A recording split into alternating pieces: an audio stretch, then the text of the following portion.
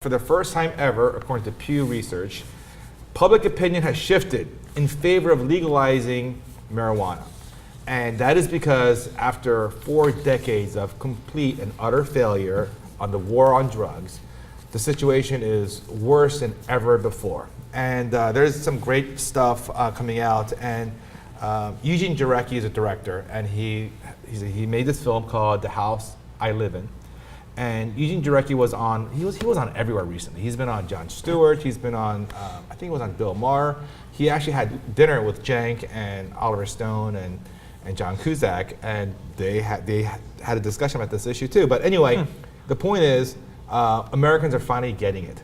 War on drugs, epic fail, not working, making things worse. So let's go through some of the facts. Since 1971, America has spent more than $1 trillion on the war on drugs, conducted 45 million drug arrests, and amassed the world's largest prison population with 2.3 million Americans behind bars, more than any other country on earth.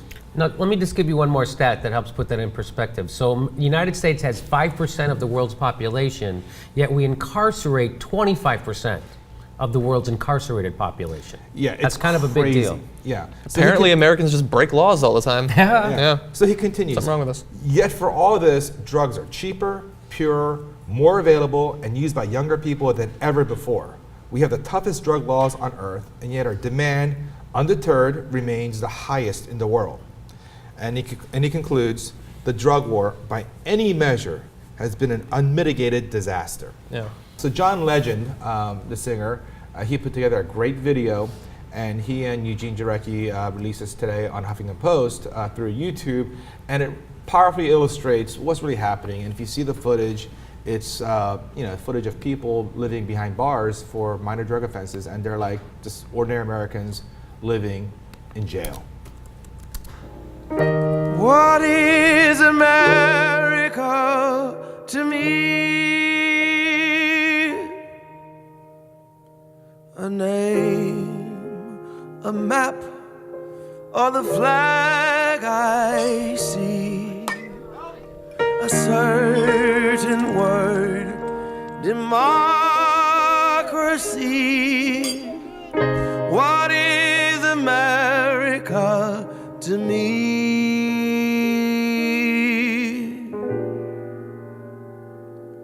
The house I live in, the friends that I have found.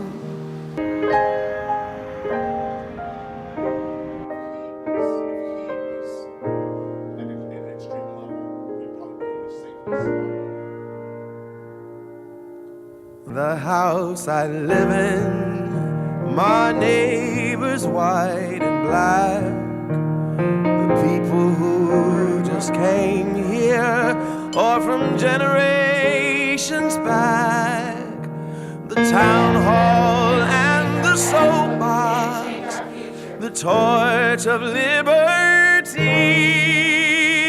a home for all God's children.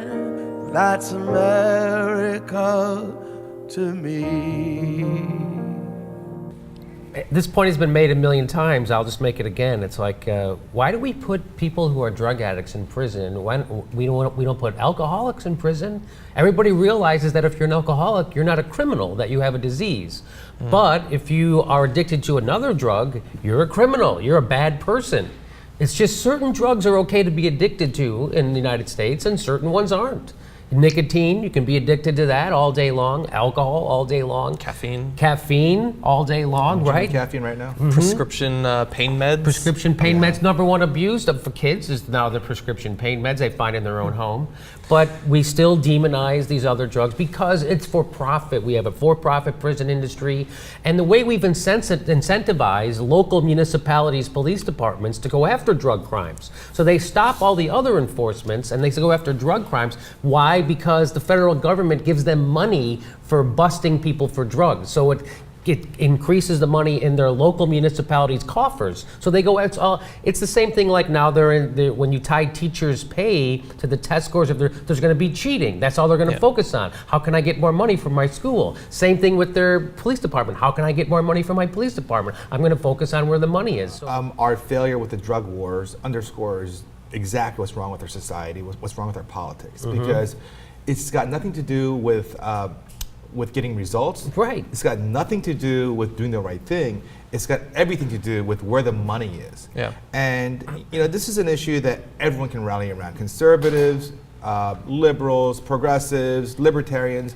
Nobody can be happy with the fact that we're taking tax money, tax dollars, and funneling it to a system that has been an utter and epic failure for 40 years. Yeah. For 40 years, this has been a failure. Who thinks this drug war is doing anything positive? And Does anyone think that? Doesn't it drive you crazy when you hear, does me, when I hear news stories about, this guy was a child molester, he got out after 3 years or 7 years and he molested again. It's like, meanwhile, there's this woman who's in prison for life for a couple $100s in drug violations, yet we're letting out molesters, rapists, and violent criminals, and we're incarcerating non-violent drug offenders, and that is a big problem. And it seems like it's starting to change because Barack Obama, by the way, is no friend to the addict, is being outflanked on his left by conservatives, right? Like Tom Tancredo, who's a big right-winger from Colorado. He's come out in favor of legalizing marijuana, and lots of other, Rand Paul, I'm sure, is for. So there's a lot. He's being outflanked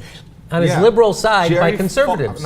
Pat Robertson. Pat Robertson's for legalization of marijuana, yes. And also Barack some Democrats at the state level, we should give And Barack some credit. Obama is, but he's behind conservatives on this. I know. Yeah. And which His is position is who are you- evolving. It's okay. it's again, who are you appealing to in your electorate, Barack? Who are you trying to get to vote for you? People who are more conservative than Pat Robertson? People who will never be on your side?